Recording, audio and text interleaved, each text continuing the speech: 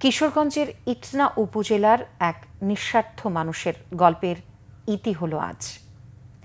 ৩,০০০ মানুষের শেষ বিদায়ের সঙ্গী কবর খোঁড়ার মহান কাজে নিজেকে উৎসর্গ করা মনু মিয়া আর নেই।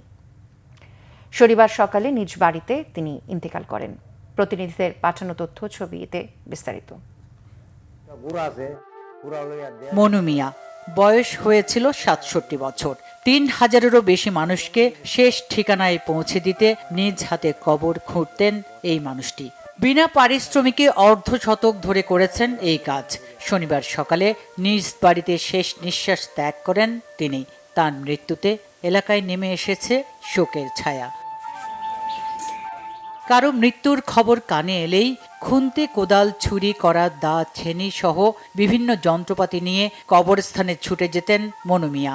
তার জীবনে কোনো স্বার্থ, তার যে স্বার্থ ছিল তার মনের ভিতরে এরকম কোনো স্বার্থ ছিল না।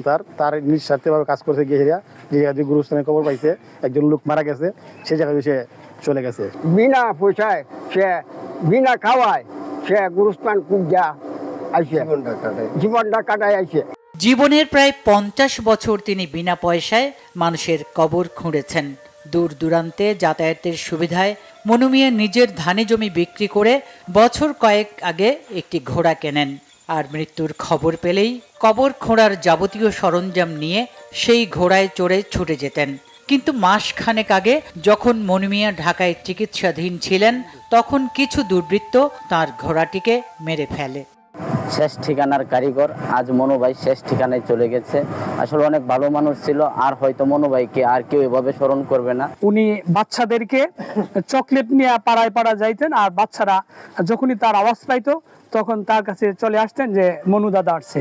মনু মিয়া শুধু একজন গোর খোদক ছিলেন না, ছিলেন মানবতার প্রতীক, যিনি মানুষকে ভালোবাসতেন মনে প্রাণে।